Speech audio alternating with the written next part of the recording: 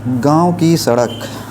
गांव के लोगों के लिए नई सड़क का निर्माण किसी सपने से कम नहीं था। बरसों से लोग धूल भरे कच्चे रास्ते पर चलने को मजबूर थे। बारिश के दिनों में तो यह कच्चा रास्ता कीचड़ का दलदल बन जाता था। बच्चे स्कूल नहीं जा पाते, बुजुर्ग और बीमार अस्पताल तक नहीं पहुंच पाते थे। यही कारण था कि गांव के लोगों के लिए सड़क निर्माण की मांग बहुत ज़रूरी थी। गांव के प्रधान रमेश चौधरी ने इस समस्या को अपनी प्राथमिकता में रखा। वह एक ईमानदार और मेहनती इंसान थे।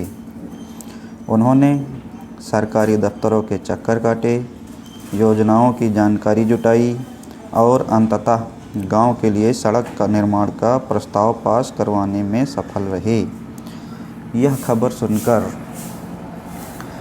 पूरे गांव में खुशी की लहर दौड़ गई। सड़क निर्माण का काम शुरू हुआ तो गांव के लोग उत्साहित थे। निर्माण कार्य को देखने के लिए हर दिन बच्चे, युवा और बुजुर्ग जमा हो जाते।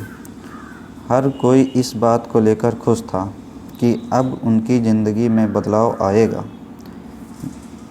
महिलाएं खुशी खुशी घर के कामकाज के बीच सड़क निर्माण कार्य का हिस्सा बनने के लिए भोजन और पानी ले जाती। लेकिन खुशी की यह माहौल ज़्यादा दिन तक टिक नहीं पाया। काम शुरू होते ही ठेकेदार ने घटिया सामग्री का उपयोग करना शुरू कर दिया। ग्रामीणों ने देखा कि सड़क में इस्तेमाल होने वाला गिट्टी और तारकोल ठीक से नहीं मिलाया जा रहा। यह देखकर कुछ बुजुर्गों ने प्रधान से शिकायत की। रमेश चौधरी ने ठेकेदार से बात की, लेकिन उसने यह कहकर टाल दिया कि आपको चिंता करने की ज़रूरत नहीं है, सड़क मजबूत बनेगी।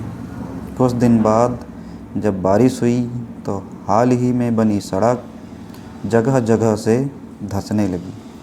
लोग हक्के बक्के रह गए। उनका सपना अधूरा रह गया था। इस बार गांव के युवा एकजुट होकर खड़े हुए। उन्होंने ठेकेदार के खिलाफ प्रदर्शन किया और सरकारी अफसरों को इसकी जानकारी दी। अफसरों ने जांच के लिए टीम भेजी और ठेकेदार पर कार्रवाई का आश्वासन दिया। इस संघर्ष के बाद गांव के लोगों को एक और मौका मिला। इस बार प्रधान ने खुद निर्माण कार्य की निगरानी की। ग्रामीणों ने भी अपनी जिम्मेदारी समझते हुए निर्माण स्थल पर पहरा दिया। महीनों की मेहनत के बाद एक सुंदर और मजबूत सड़क तैयार हुई। सड़क बनने के बाद गांव का जीवन पूरी तरह बदल गया। अब बच्चे आसानी से स्कूल जा सकते थे। किसान अपनी फसल को मंडी तक ले जाने में सक्षम हो गए। सबसे बड़ी बात यह थी कि गांव का शहर से सीधा संपर्क स्थापित हो गया। इस बदलाव ने न केवल गांव के विकास को गति दी, बल्कि लोगों में अपने अधिकारों के प्रति जागरूकता भी बढ़ाई। इस कहानी से क्या निष्कर्ष मिलता है, ये देखते हैं। यह कहानी हमें सिखाती है कि सामूहिक प्रयास और जागरूकता से बड़े बदलाव संभव हैं। गांव की सड़क केवल एक निर्माण नहीं थी, बल्कि यह उनके संघर्ष, एकजुटता और बेहतर भविष्य की कहानी थी। तो दोस्तों, कैसी लगी आज की कहानी?